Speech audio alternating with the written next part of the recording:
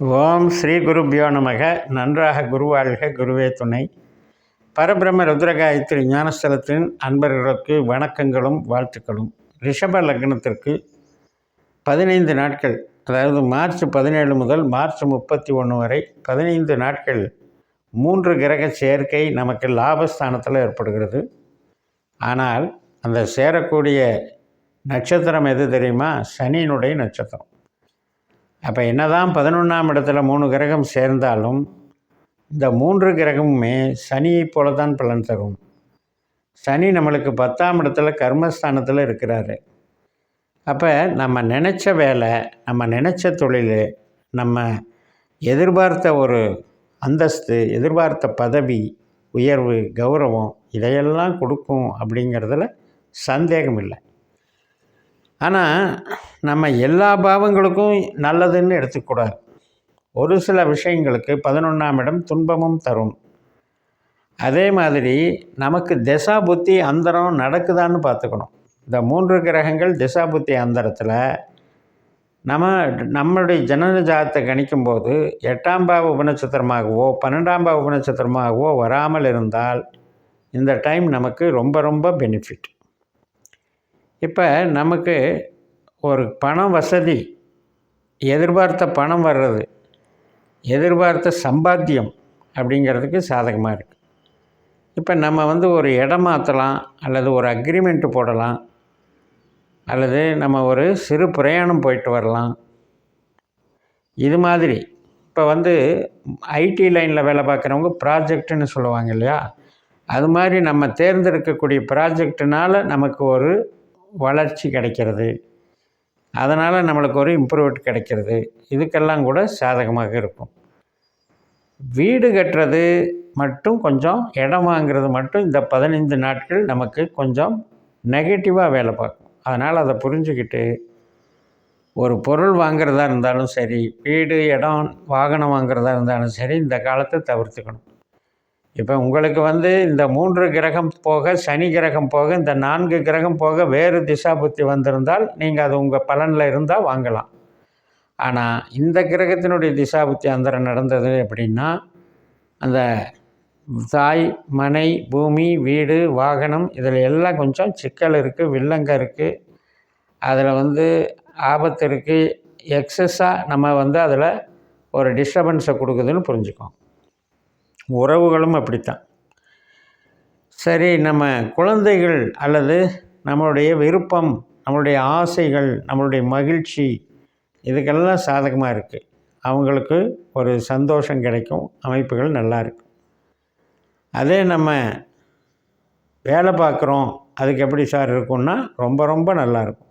நம்ம வேலை பார்க்குறதுல நல்ல அங்கீகாரம் கிடைக்கும். இப்போ கடன் அப்படிங்கிறது எதிர்பார்த்தோம் அப்படின்னா அந்த கடன் கிடைக்கும். அந்த கடனுக்கு உண்டான, இப்போ ஒரு தொழில் கடன் போட்டாலும் சரி, பர்சனல் லோன் போட்டாலும் சரி, அதுக்கான அமைப்புகள் நமக்கு சாதகமாக இருக்கும். அதுக்குண்டான ப்ராசஸ் எல்லாம் நல்லா நடக்கும்.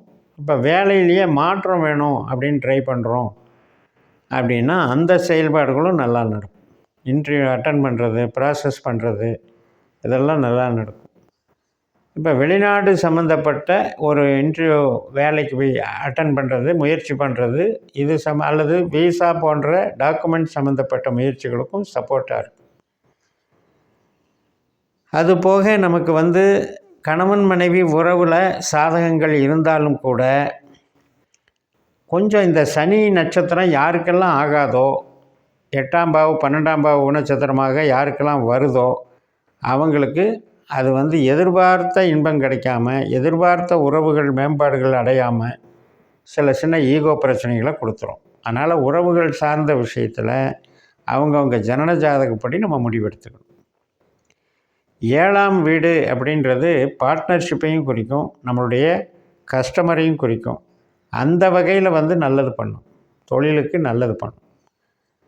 அடுத்தபடியாக நமக்கு தந்தை சம்பந்தப்பட்ட உறவுகள், பூர்வீகம் சம்மந்தப்பட்ட உறவுகள், பூர்வீக டீலிங், சொத்து பத்து டீலிங் இது எல்லாத்துக்குமே சாதகமாக இருக்குது. இப்போ நம்ம சொந்த தொழில் பண்ணுறோம் அப்படின்னா அந்த தொழிலில் ஈடுபாடுகள் அதிகமாக இருக்கும், பலதரப்பட்ட வருமானங்களை கொடுக்கும். பலதரப்பட்ட நபர்களினுடைய சப்போர்ட்டும் அங்கே கிடைக்கும். எந்தெந்த வகையில் நம்ம உதவி எதிர்பார்க்கிறோமோ அந்தந்த வகையிலெல்லாம் உதவிகள் கிடைக்கும். இப்போ நம்ம வகையில் மூத்த சகோதரம், மூத்த சகோதரி, நண்பர்கள், அந்த வகையில் அவங்களுக்கு கொஞ்சம் சிரமங்களை கொடுக்குங்கிறத புரிஞ்சுக்கணும்.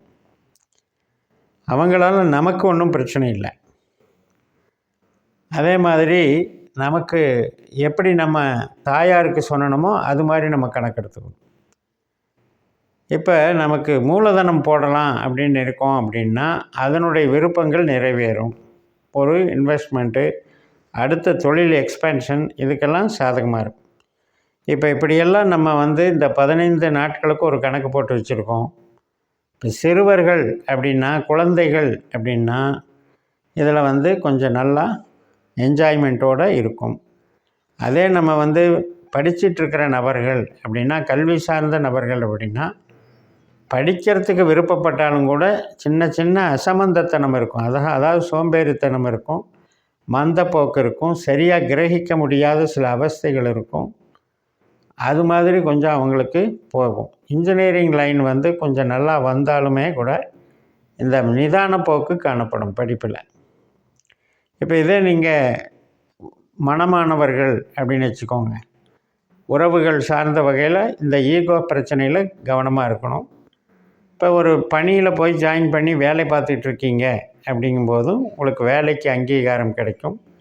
வேலையில் சுமூகமான சூழல் இருக்கும். எல்லாரோடையும் நல்லா பழகி நம்மளுடைய மதிப்பை கெடுக்காமல், நம்மளுடைய கரியர் டெவலப்மெண்ட்டை கெடுக்காமல் சில விஷயங்கள் நல்லது நடக்கும். அதே நம்ம மிடில் ஏஜில் இருக்கிறோம், ஒரு சொந்த தொழில் பண்ணுறோம் அப்படின்னா அது சார்ந்தும் நன்மைகள் நடக்கும். அதுலேயும் மெயினாக ஸ்பேர் பார்ட்ஸ் இண்டஸ்ட்ரீஸ், கனரக வாகனங்கள் மற்றும் ரியல் எஸ்டேட்டு, உற்பத்தி சார்ந்த தொழில்கள் அனைத்து விதத்துக்குமே நல்லாயிருக்கும். கால்நடைகள் வளர்ப்பு, ஹோட்டல் தொழில், இதெல்லாமே நல்லாயிருக்கும்.